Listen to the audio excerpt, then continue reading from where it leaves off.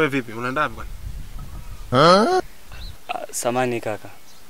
Juzi katika harakati zangu za kuokota makopo, kuna dada nilikutana naye na akanielekeza kwamba anakaa huko ndani.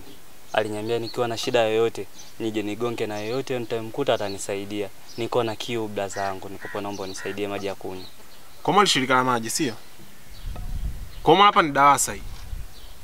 Yaani wewe umetoa vingwambala vyako kote. Umekuja hapa eti naomba maji. Wewe unajielewa bro kweli wewe? Hivyo una kiti mama kwanza. Kaa chini. Muone shika na maji. Muone shika na maji. Unywa hata mtoni huko. Ndio tutotoa visupu vyako vya ajabu aje kuja kuchafulia nyumba saizi hapa. Wewe mshenzi nini wewe? Hey. Nawe nini? Hem subiri kwanza. Unamshika unamjua?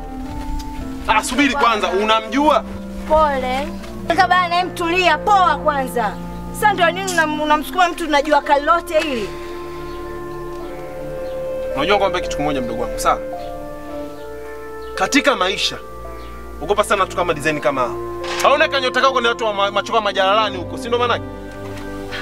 Vipi? Niambie. Ulikuwa unashida gani kwanza? Sasa sikizeni niambie.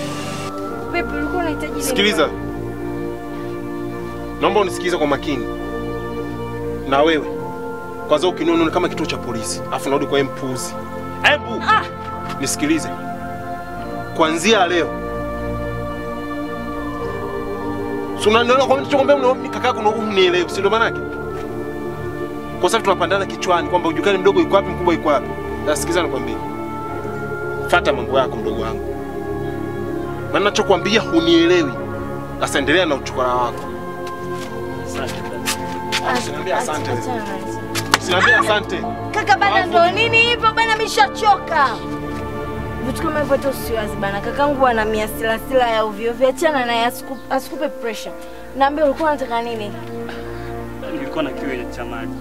Lakini naomba tu niende. Usiseme hivyo. Yaani be free, ukiwa na mimi kuwa na amani, sawa? Mimi yani nakupenda tu, in short nikwambie tu kweli. So kwamba yani hii situation ndio itafanya mimi nikuchukia au labda amna, yani mimi hicho siwazi.